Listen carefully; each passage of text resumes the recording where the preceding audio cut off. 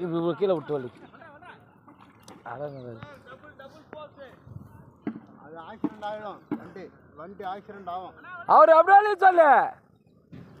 என்ன வலிமில்லையா? வலிமில்லையா?